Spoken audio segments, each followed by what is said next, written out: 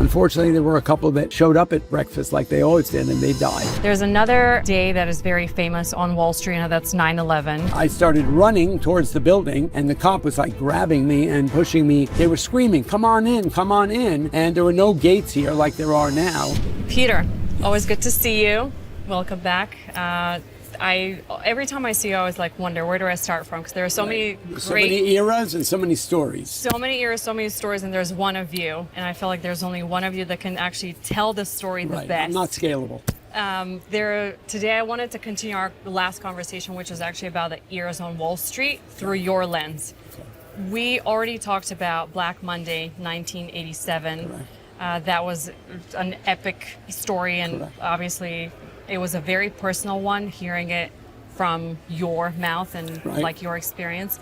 There's another day that is very famous on Wall Street, and that's 9/11. I know that it's been covered in many news outlets and what's happened, but actually no one really knows what happened inside the New York Stock Exchange. Correct. I would love to hear more from you on that. Where were you? Were you here on 9/11? Yeah, 100%. Look, obviously it's been covered a million times of what happened during 9/11, but it hasn't been talked about what we went through and what I went through. And so this is the story, right? Obviously it was, I had spent the week before 9/11 in Norway at my best friend's wedding. And in the north of Norway, we'd gone up to the Arctic Circle with my parents, who were very close to him. And his name is Bengt Gunnarsson. He's somebody I lived in West Africa with. He's my best and oldest friend. Anyway, there'll be stories about him more as we go along. But we arrived home on Sunday night. And on Monday morning, I woke up like I always did to get up and go to work.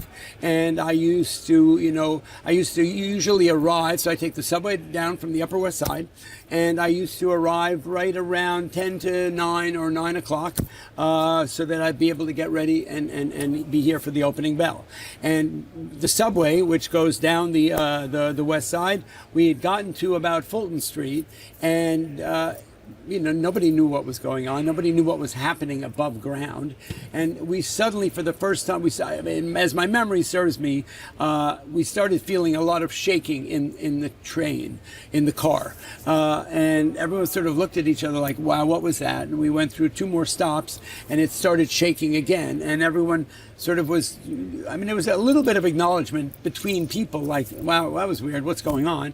And I got off on Wall Street, and as I ascended from the subway train, as here in New York, you walk up the stairs, I'm on the corner of William Street and Wall Street, 1 block from the Stock Exchange, and it was raining ash. Right, there was just this white way. It looked like it was snowing, right? But it was coming really heavily, and I'm looking around, going like, "Wow, what's going on?" And you could see people were running everywhere. And as I got closer to the Stock Exchange, I looked up, and on the statue of George Washington, which is here on the corner of Wall Street and Broad Street, there was basically, this is my memory, there may be some exaggeration or what, there was a sort of a piece of plane. There was a bit of some kind of fuselage from the plane, and a desk hanging from the George Washington statue. It had a huge impact on me, and and I'm like looking at it going, wow, what's going on here? And as I got closer to the exchange, you have to realize now these are all blocked walking streets, right? You can't get anywhere. Back then, you could drive around this neighborhood, right? Cars were going everywhere. And as I got closer, so the security, obviously in New York and around the Stock Exchange, was pretty strong, because this is the number 2 place of bomb threats in the world. We used to have dogs that used to walk through the Stock Exchange 2 or 3 times a day. But as I got closer to the exchange, I could see the guards who were out front. We have, tons of guards here. They were screaming, come on in, come on in. And there were no gates here like there are now. Mm-hmm. And I'm like looking, going like, what's going on? And they go, just get in here, get in here. They had already been notified that the building had been hit and that we were going into lockdown. And so I started running towards the building, and the cop was like grabbing me and pushing me and got me into the building. And just as I had arrived, it was 8:48. The building got hit, I believe, at 8:46. And they literally pushed me into the building, and the gates went down.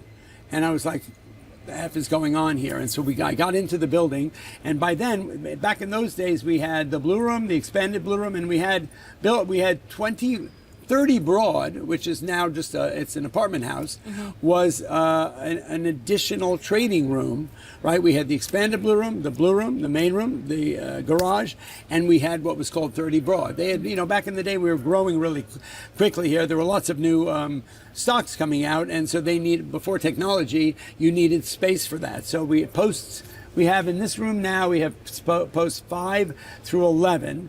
Right, the garage was post 1 through 4. The blue room was post 13 through 16, and the expanded blue room and 30 Broad was 16 through 20. These are the market making posts. And so I go into my booth, which was at 30 Broad, and one of our clerks, I worked for a company called Robert Corley, RMC Securities, and one of our clerks, a guy named Angel Pabone's father, his father's name was Chicky Pabone, and he was head of all ADRs and international stocks at Cantor Fitzgerald. Okay. Now we know that Cantor Fitzgerald owned 3 full floors of the trade center, and the majority of the people who got killed were all from, basically Cantor Fitz was wiped out on that day. And so Angel was in the back of the booth, and I come into the booth, I'm going like, guys, what's going on? At this point, people were like still in denial. Because you have to realize there was no internet then, right? Right? I don't think there was internet back then. There right? was internet, but I think the news traveled way slower. Right. It was not like everything's happening before it happened. I don't know if we had cell phones back then or what. It's hard for me to remember. Anyway, I come into the booth and everybody's just trying to get their bearings, right? And everyone, we had our TV sets on, and it showed that the building had been hit. That's 3 blocks away from here. You have to realize that photograph, which is a very famous photograph, video of after the buildings collapsed, where you see smoke coming through a street. Right, that was actually Broad Street, and it was coming because if you go 1 block over from Broad Street is the World Trade Center, and so it had the smoke when the building collapsed. It had all meandered its way because obviously there were big buildings, so the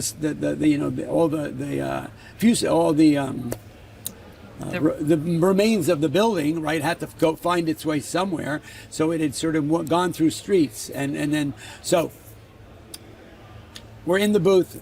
They tell us what had happened. We see it on TV, and I'm one of those very proactive. Like I'm a triage guy, and I realized the seriousness of what it was, and I immediately realized, okay, I got to start working the room here. So I get on the phone and I start calling my parents, and then I called my wife, and I called to make sure that what happened with the kids are okay at school because I had infants, right? What year was it? 2001. Okay, so 2001, 25. My son was 8. My daughter was 4. And they had already been dropped off at school, and then I'm calling. I'm getting. I don't think did we have cell phones. There were old school. There were the flip phone or something, right? The StarTAC. But I'm getting calls from everybody. Are you okay? And all that stuff. And so I wanted everyone to know I was okay. And then we're sitting there. Now a number of people ran out of the building to go see what was going on, right?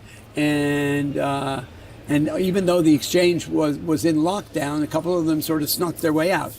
Richard Drew, who's the photographer who ended up making me very famous, who's one of the most famous Associated Press photographers in the world, left the building and went over to the World Trade Center.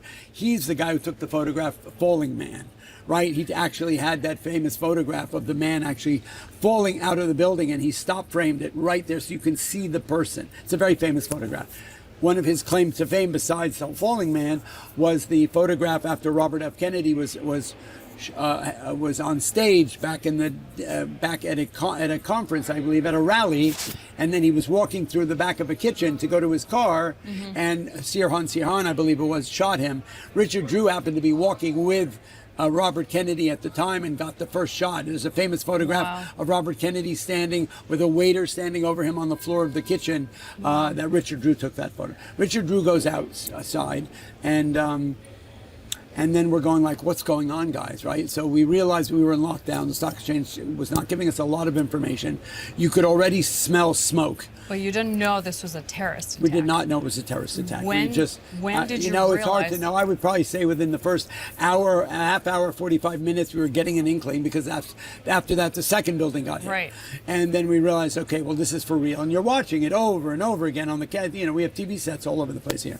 And so we, it was clear what was going on, and everybody responds differently to to shock and awe and fear, right? So some people were like cowering in the corner, some people were calling family members, some were like going about their business. And so Angel calls his father, and he says, "Dad, what's going on?" And his father says to him, "Son, our floor got hit by one of the planes. I'm okay, but they told us to evacuate to the roof, and that they would to go up to the roof, and they would evacuate us by helicopter." And then the phone went dead, and that was it. We never heard from Chicky again, and he was obviously lost in the attack, and that like put such a heavy cloud on our booth, because we didn't know what had happened to him. We didn't know whether did we just lose, but the minute that happened was when the building collapsed. Right, and so that's why the phone went dead. And so we were all like with Angel. I mean, we're still very close friends. We speak to each other fairly often.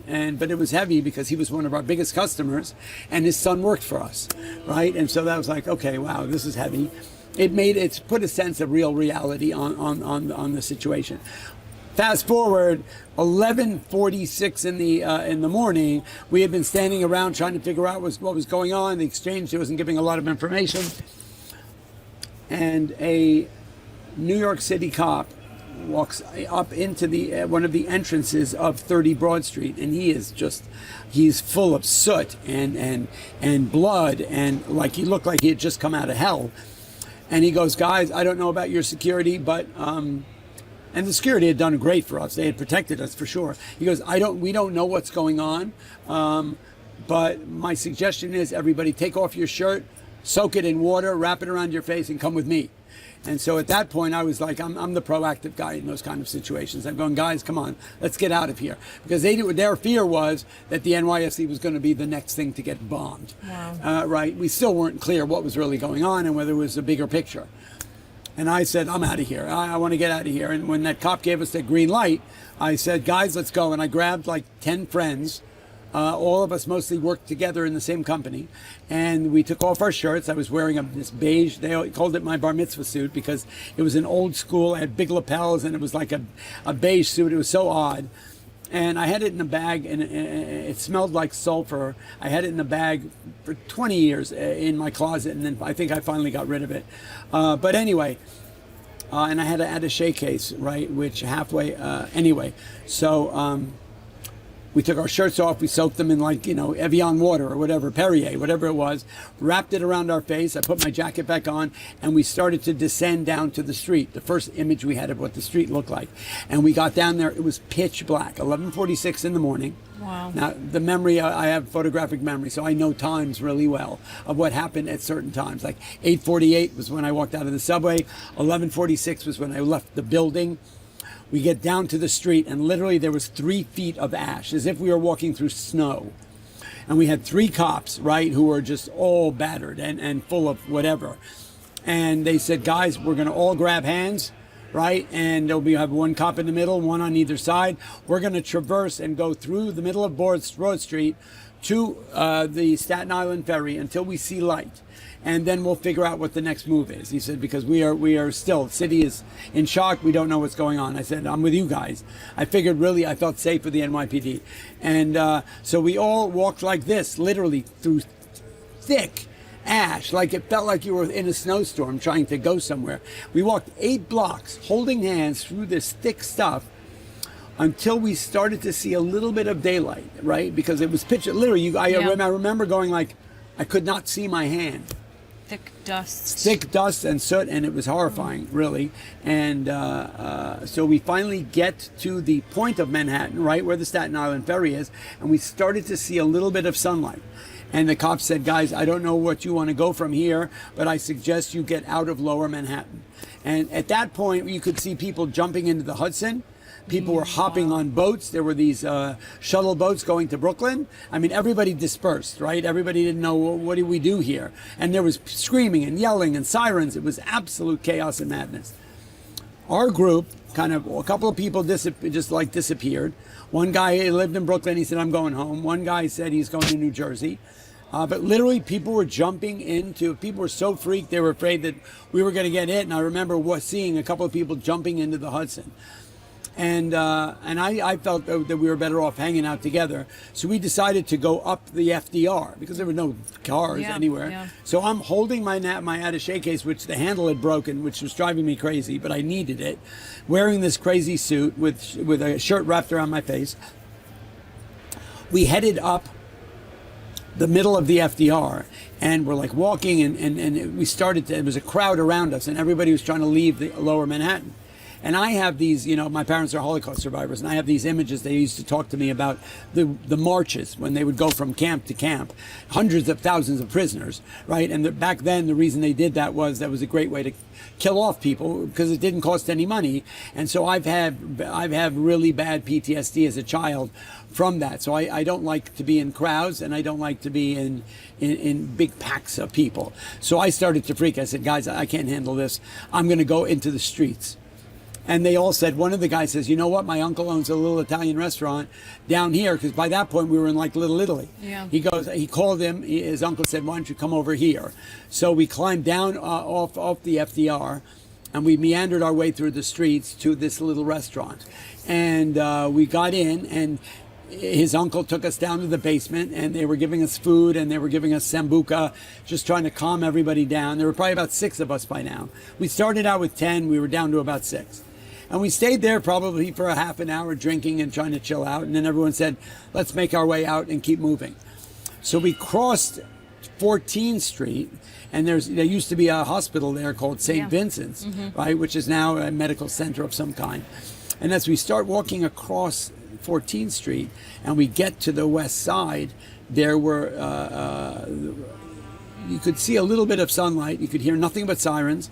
And as we got near the hospital, you could just see all the cafe tables were out, and there were bodies on every table.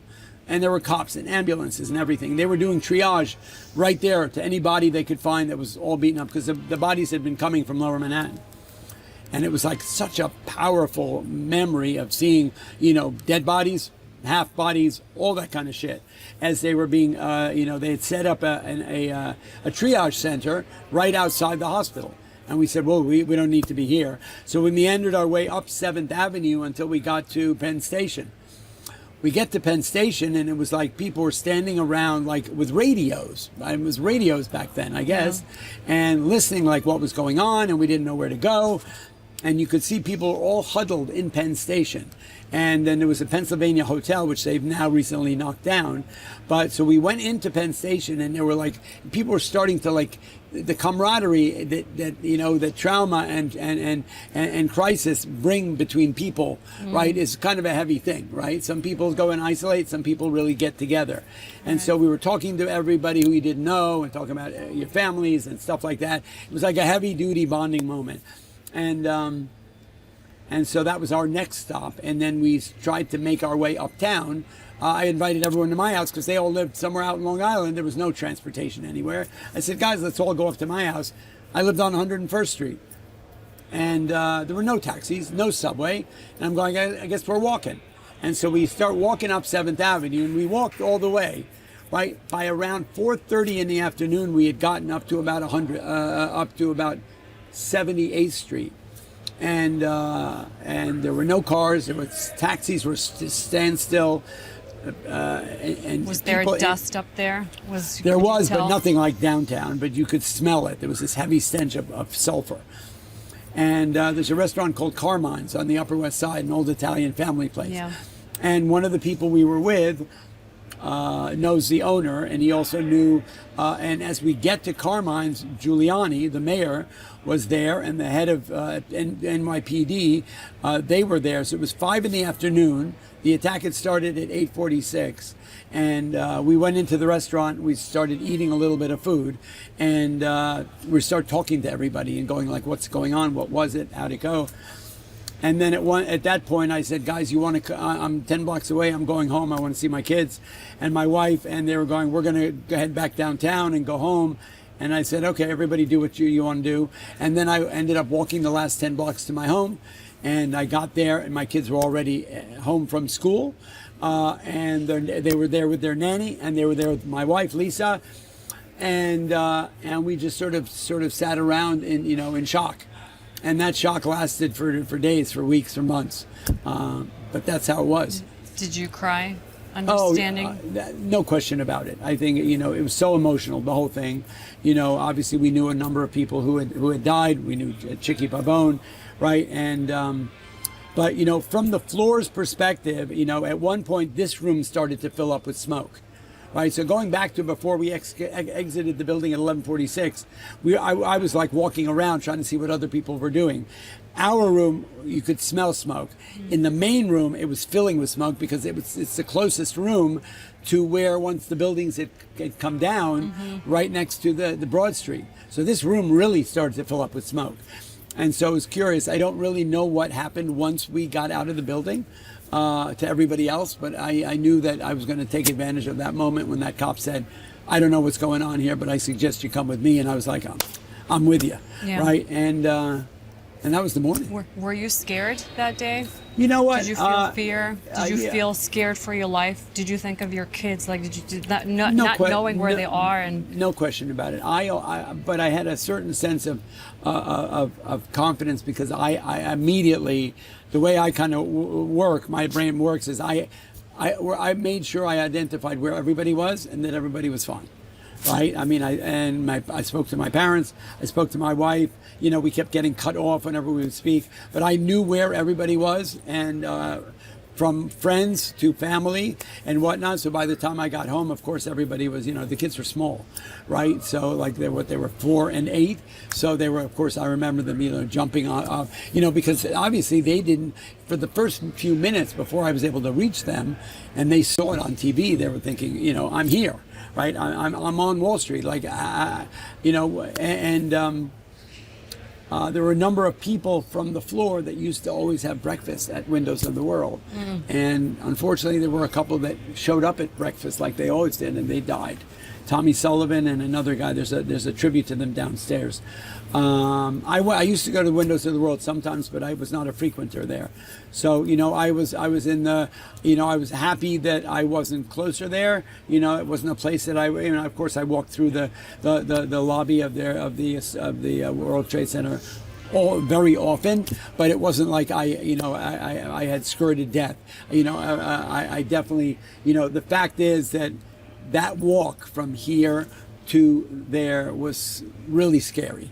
Like I did when in pitch black, full of soot with water, it was like I went into that mode because I've been in a few.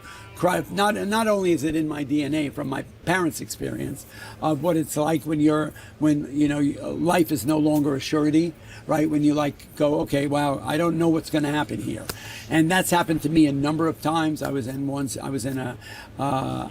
grew up hearing stories of what that's like, so I knew what that was about, and I was in 2019. Wow, what year was it? In 1979, December, I don't need to say the day, I was in a robbery, and many of my friends were killed, and that was a time where, and I got tied up and beaten, and so that was I had experienced for the first time then what it's like when you suddenly are not sure whether life is going to be it's going to go on. Wow. Right? Normally in our lives, we make judgments about are we okay, are we good, right? When you're in a car accident or whatever, you kind of make a judgment call, or when something happens, like, okay, am I okay in this situation? Because I have to admit, I went to work, we didn't open for a week.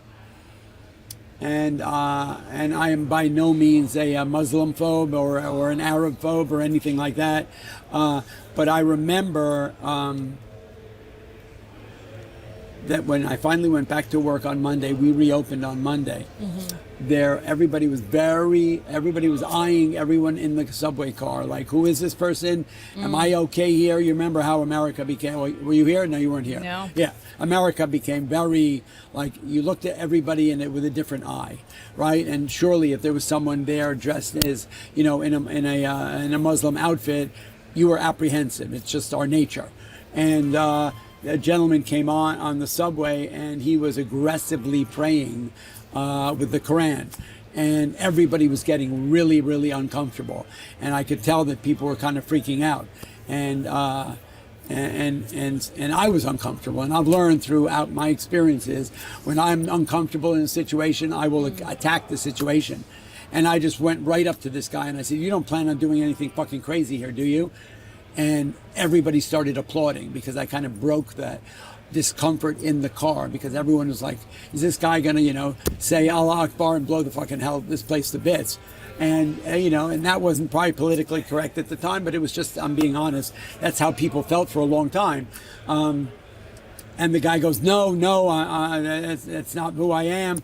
And everyone in the car literally applauded, because I had sort of diffused what everybody was feeling. And I kind of felt that in the room, like that if I didn't say something, this wouldn't have been nice. Yeah. Because there was a lot of attacks on, on Muslim people all over the streets for years. And so, I would say that once we got back to work, that fear and anxiety continued for years. Lower Manhattan never rebuilt itself, really. But yeah, there was a lot of that where I felt I was that my life was at risk, but mostly from the walk once I left the building. Once I was in here, I felt secure. Once we left the building and traveled through New York City, I was apprehensive. And then once I got home, I felt safe. And would you say that there have been big changes in the way that you've been trained post 9/11 and how to react? Being here, obviously, you just said this is the number 2 location Correct. for bomb threats. Like, how do you currently handle being you, being famous, being here at the stock exchange post 9/11 and other big attacks that have happened here in Manhattan? Well, I am very aware of my surroundings, especially since I've become so well known. There's parts of me that think I should have security with me. I'm too much of a visual figure that everybody knows. For the most part, I get tons of hate mail on social media, right? If I post things about my parents, there's a guy who stalked me for years, and his Instagram profile was of Adolf Hitler. And then if I reported him and they took it down, he would pop back up as like Himmler or one of the other top Nazi people, and he would say, they didn't kill enough of you and stuff like that.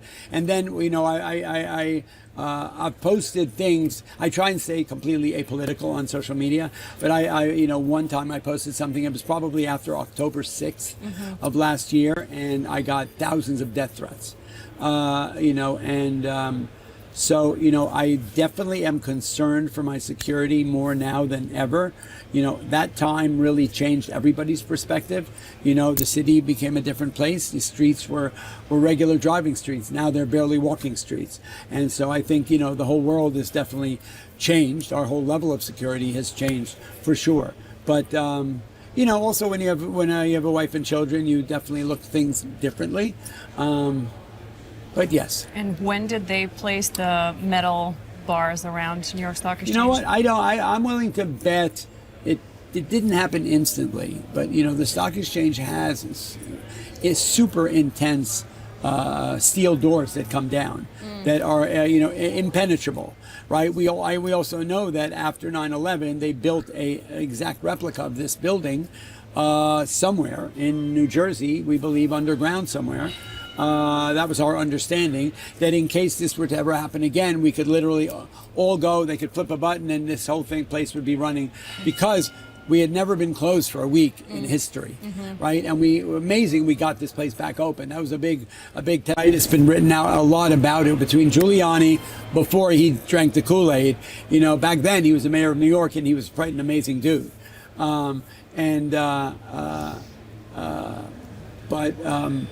We reopened after 1 week only. It was weird. There was no subway service to Lower Manhattan for 6 months or a year. We used to have to get off on 14th Street and walk to work. right? I mean, there would be just these massive groups of people every day because the subway didn't go below or lower Manhattan. You know, obviously the remnants of it are still visible. You can walk down some blocks near Park Place that have never been rebuilt, where you can still see the dust of that day. Wow. How do you remember how markets reacted and how they were reacting for You know what? the weeks and months to come? My gut is that the market sold off aggressively. We did take the week off for a lot of different reasons. They needed to reestablish security around the building. I don't know if they had the gates up yet or not, but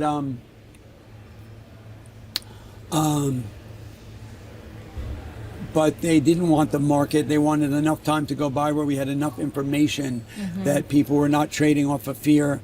They were trading off of some semblance of what was happening. I believe we initially sold off quite aggressively. I don't really remember. You know, to be honest, if you asked me what did the market do for the weeks after we reopened after 9/11, I couldn't tell you if we were up or down. But my gut was an initial major sell-off, and then I think we bounced back fairly soon. That was my gut. As would the markets in the U.S., the greatest economy in the world, yes. which is also why I'm here. Yes. Thank you so much for the time. My pleasure. I am shaken by the story. Yeah, honestly. no, it was a heavy story. You know, a lot of people had more personal stories than that because, you know, I at least had the sense that my first impulse was go run and see. And then there was some, you know, everybody was smart enough to say, Pete, stay here. We don't want you going anywhere. And I think my wife and kids were like, please, you know, I want to know where you are at all times. And there was no cell service, right? We did have cell phones, but there was no cell service. And so that was the day. Crazy. Yeah, it was powerful. Very sad. And it lasted for a long time. I would say the effects on Wall Street themselves, the effects on the neighborhood, the effects on me as a human being, right? Because it definitely stirred up a lot of all the other traumas that I had in my life, which were quite sizable. And so, you know, whenever you realize sort of that, you know, how the vulnerability of your mortality, you need to come through here, bud? Come. Appreciate it. Yeah, no worries, do your thing. Right, when you realize the vulnerability of life, because, you know, we whether we acknowledge it or not, we're always aware of what's going on around us. Right. You know, and one of the things that and it started when once I had survived that terrible situation where all my friends got killed. You know, I made a decision that if I ever feel uncomfortable, because I was deeply traumatized, that was a life-changing experience for me. You know, and I was never the same after that. I grew up in New York, and to feel like that, you know, I could be in a situation where I did not know the outcome, and that the outcome of my closest friends was that they were no longer alive. Once that happens, you kind of change your perspective on things, and so whenever you see crisis or whatnot, you know, everything kind of changes, and so. That was pivotal I'm sure it was pivotal for everybody who lived it and experienced it here. Some more than others, obviously, if they were closer to people who had passed away. I mean, I knew obviously a number of people who, from here, the guys who had died, we used to trade with each other all the time.